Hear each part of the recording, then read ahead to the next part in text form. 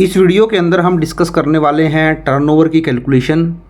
अगर आपने फ्यूचर किया है, ऑप्शन किया है, इंट्राडे किया है या फिर कुछ केसेस में अगर आप डिलीवरी भी करते हैं और वो भी अगर आपका बिज़नेस है तो वहाँ पर भी आपको टर्नओवर की कैलकुलेशन करनी पड़ेगी। तो जनरली तो डिलीवरी के ऊपर आपको शॉर्ट टर्म या लॉन्ग टर्म कैपिटल गेन ही होता है, बट कुछ सिचुएशन हो जाती हैं जहाँ पर आप इसको बिज़नेस ट्रीट कर लेते हैं। अगर आपका ये फुल टाइम बिज़नेस है, वॉल्यूम बहुत ज़्यादा है, आपका ब्रेड एंड बटर ही यही है, तब आप इसको जो है बिज़नेस ट्रीट करते हुए इसके ऊपर टर्नओवर की कैलकुलेशन करनी पड़ती है।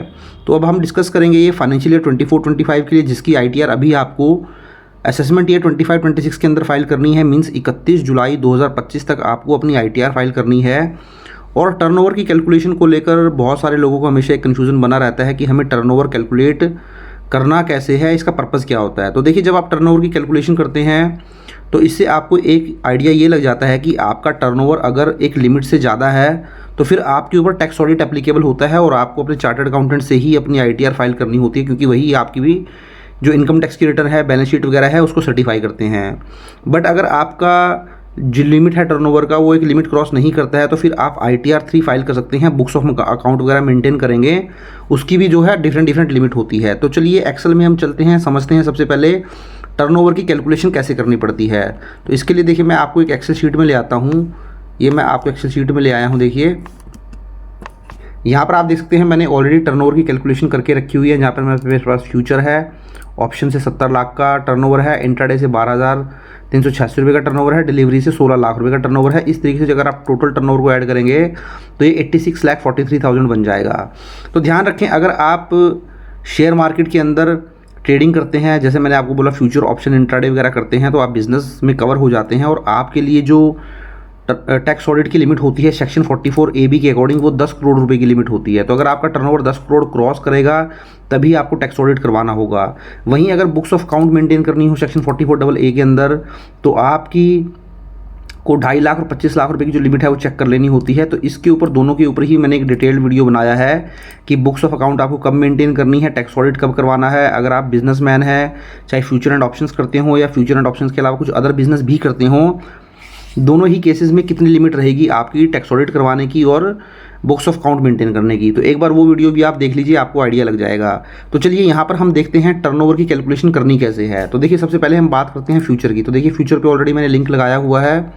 तो जैसे ही आप यहाँ पे आएंगे तो देखिए, यहाँ पे टोटल टर्नओवर आपको ऑलरेडी प्रोवाइड किया है ब्रोकर ने 14,227। तो ये आपको टर्नओवर वैसे तो मिल जाएगा, बट सपोज़ आपको कैलकुलेशन करना सीखना है या आपको कहीं नज़र नहीं आता है टर्नओवर का अमाउंट, तो आप इस तरीके से इसको कैलकुलेट कर सकते हैं। जो तरीका मैं बताने वाला हूँ बहुत ही आसान तरीका है।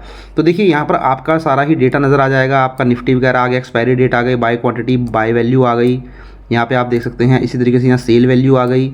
इनका जो डिफरेंशियल अमाउंट हो जाएगा, आप देख सकते हैं, इनका जो डिफरेंशियल अमाउंट है वो, इनका डिफरेंशियल अमाउंट है सेल और बाय वैल्यू का, वो है 4538।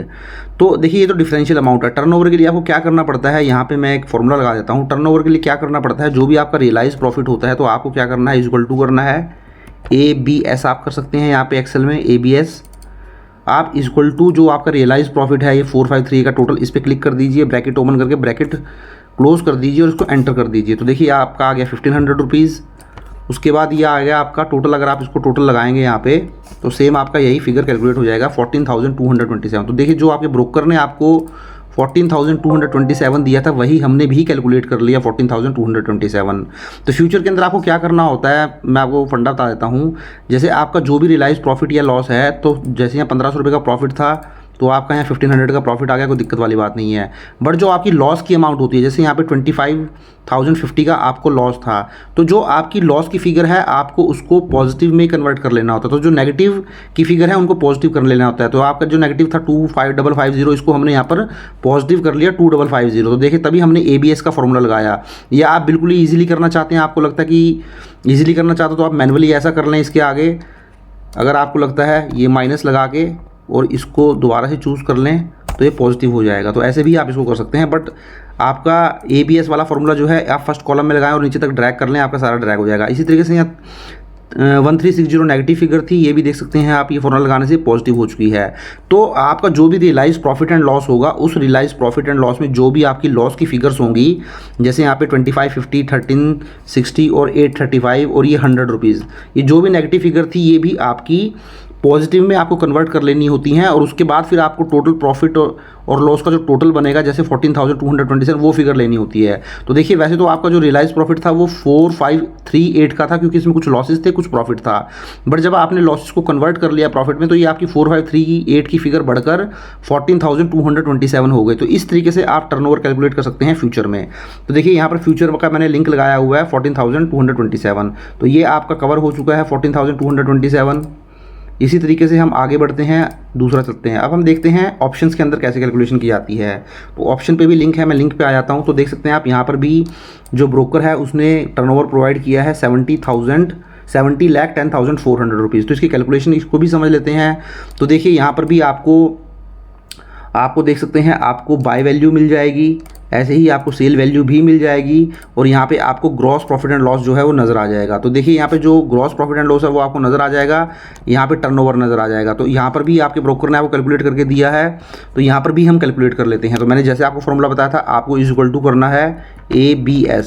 तो देखिए ऑप्शन के अंदर भी सेम तरीका रहेगा कैलकुलेट करने का टर्नओवर को। तो ABS इक्वल टू कर देना है, उसके बाद ये जो ग्रॉस प्रॉफिट एंड लॉस ये रियलाइज प्रॉफिट है उसके ऊपर क्लिक कर देना है, ब्रैकेट ओपन करके, और उसके बाद इसको ब्रैकेट को क्लोज कर देना है। इसको एंटर कर दीजिए। अब इस फॉर्मूले को आप नीचे तक ड्रैग कर लें तो देखिए हमारा प्रॉफिट भी वही निकल के आ जाएगा जो कि आपके ब्रोकर ने आपको प्रोवाइड किया है। तो यहाँ से क्रॉस चेक हो जाएगा। तो इसको सब टोटल कर देते हैं यहाँ पर भी।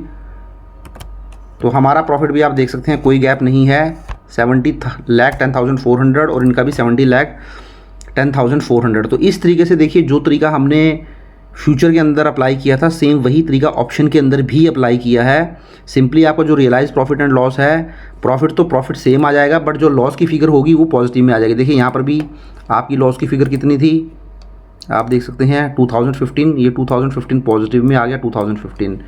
उसके बाद यहाँ पर लॉस की फिगर है, देखिए सारी आपकी लॉस की फिगर थी, ये सारी 2, 3, 4, 5, 10,199, 30,000, 14,000, 19,000, ये देख सकते हैं आप, ये सारी फिगर यहाँ पर आपकी पॉजिटिव में आ चुकी हैं। तो इस तरीके से देख सकते हैं आप फ्यूचर एंड ऑप्शन के अंदर जो कैलकुलेशन करने का तरीका होता है वो बिल्कुल सेम रहता है। तो मेरा ऑप्शन भी क्लियर हो चुका है, तो ऑप्शन मैं क्लियर हो गया, इसको मैं टिक कर देता हूँ। अब इसी तरीके से आप इंट्राडे में आ जाएँ। तो इंट्राडे में देख सकते हैं आप, इंट्राडे होता है सेम डे में ही जब आप अपना ट्रांजैक्शन क्लोज कर देते हैं। तो देखिए इंट्राडे में आप आएँ तो इंट्राडे की टर्नओवर की कैलकुलेशन कर रखी है यहाँ पर। तो यहाँ पे भी आप देख सकते हैं आपको सेल की अमाउंट मिल जाएगी,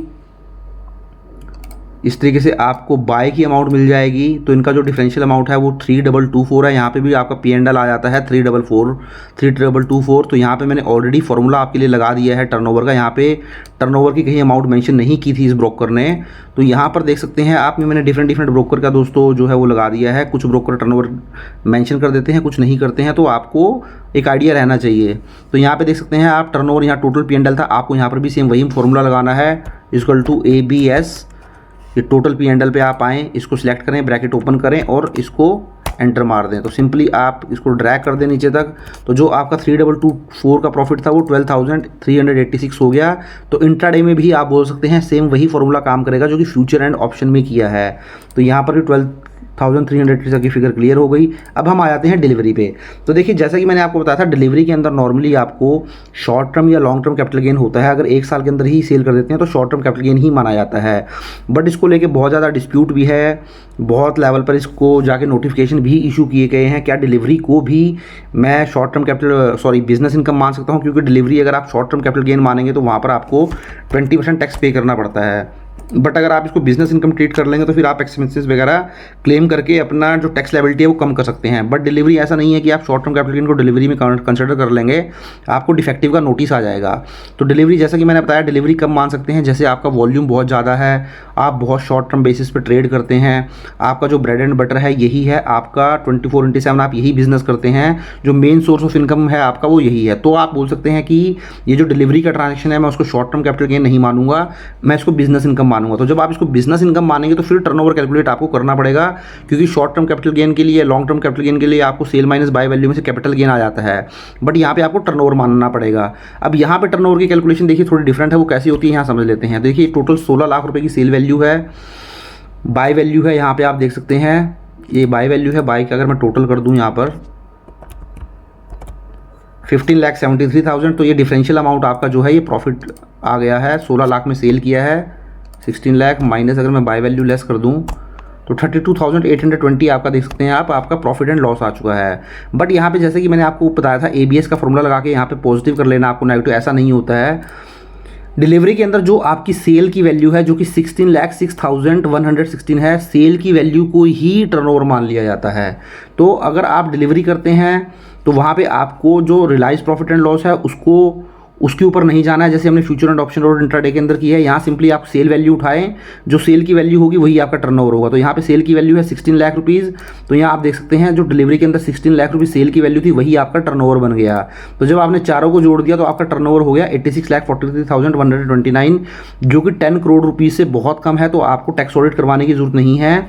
फर्दर आपको बुक्स मेंटेन करनी है नहीं करनी है, उसके ऊपर भी मैंने आपको बताया है कि दोनों ही वीडियो आपको मिल जाएंगे डिस्क्रिप्शन में वीडियो की, आप जाएं और देख लें। तो इस तरीके से आप भी अपने टर्नओवर की कैलकुलेशन कर सकते हैं और आइडिया ले सकते हैं कि आपको ये क्या बेहतर रहेगा, किस तरीके से आपको ITR फाइल करनी है एक चार्टर्ड अकाउंटेंट से और टैक्स ऑडिट करवाना पड़ेगा, या फिर यूट्यूब पे अभी मैं वीडियो जो है अपलोड करने वाला हूँ ITR 3 की। जैसे ही फॉर्म आ जाएगा बुक्स ऑफ अकाउंट मेंटेन करके भी, without books of account maintain करके भी, तो आप वीडियो में अगर फर्स्ट टाइम आपने मेरी वीडियो देख रहे हैं तो इसको सब्सक्राइब करके रखें चैनल को, क्योंकि अभी ITR के फॉर्म नहीं ओपन हुए हैं। जैसे ITR के फॉर्म आ जाएंगे तो हम ITR फाइल करना शुरू कर देंगे। तो आई होप वीडियो आपको अच्छा लगा होगा। वीडियो अच्छा लगा तो उसको लाइक करें, शेयर करें, और चैनल पर फर्स्ट टाइम विजिट किया तो चैनल को भी जरूर सब्सक्राइब कर लें। Thank you very much, have a nice day, take care.